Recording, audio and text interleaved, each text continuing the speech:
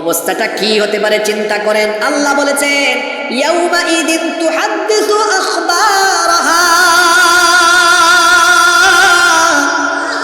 সেই দিন এইভাবে করে জমিনও খবর যেমন বলবে। অন্যান্য আয়াতগুলো একসাথে এনে বুঝাবার চেষ্টা করলাম। জমিনের পাশাপাশি কান, চোখ, হাত, পা, চামড়া পর্যন্ত খবর বলা আরম্ভ করবে। মানুষ তখন অবাক হয়ে বলবে, ব্যাপার কি?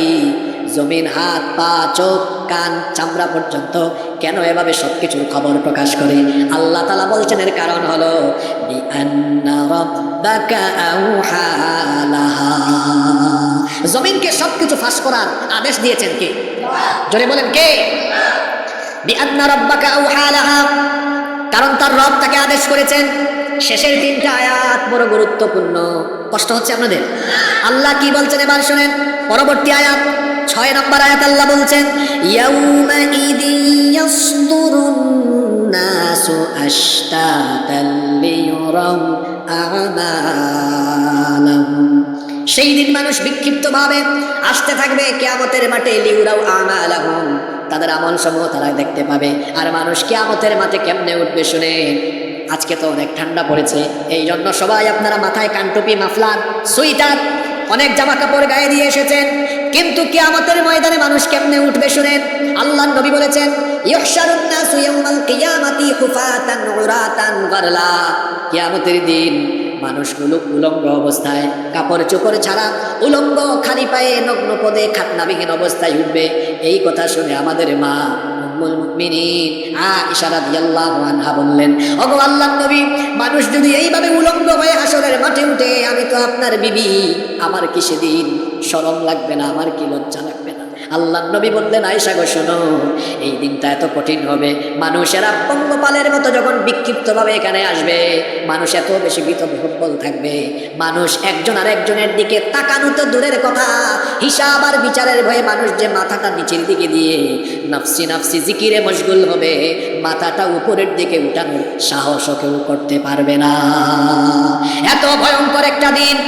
আল্লাহ তাআলা অন্য আয়াতে বলেছেন ওয়া আনযিরহুম ইয়াউমাল আজিফাতি ইদিল কুলুবু লাদাল হানাজিরি কাযিমিন, ও নবী, মানুষকে ওই দিন সম্পর্কে সতর্ক করেন যেই দিন মানুষের ভয়ের চোটে কলিজাটা একদম গলা পর্যন্ত চলে আসবে।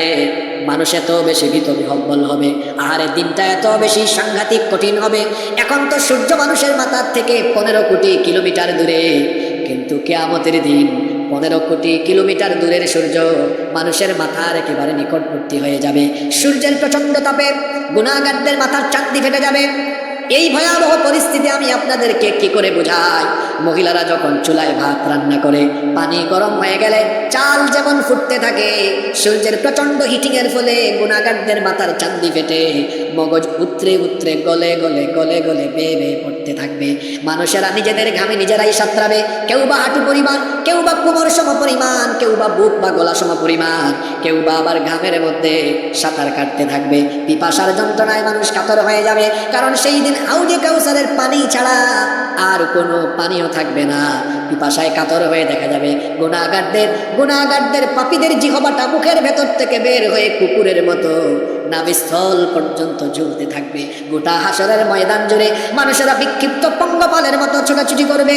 এই কথাটা আল্লাহ সূরা কারিয়ার মধ্যে বলছেন, আল কারিআতু মাল কারিআ ওয়া মা আদরাকা মাল কারিআ ইয়াউমা ইয়াকুনুন নাসু কাল ফারাশিল মাবথুস, ইয়াউমা ইয়াকুনুন নাসু কাল ফারাশিল মাবথুস, সেই দিন মানুষ হবে বিক্ষিপ্ত পঙ্গপালের মতো।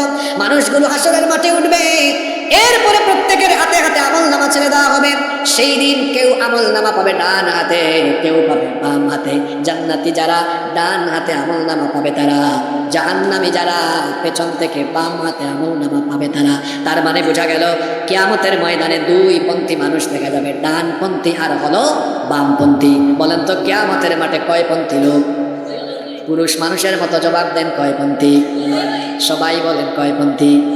একটা হলো ডানপন্থী, আরেকটা হলো, আপনারা দেখবেন আমার দেশে কিছু মানুষ আছে নিজেদেরকে বামপন্থী পরিচয় দেয়, আছে না নাই?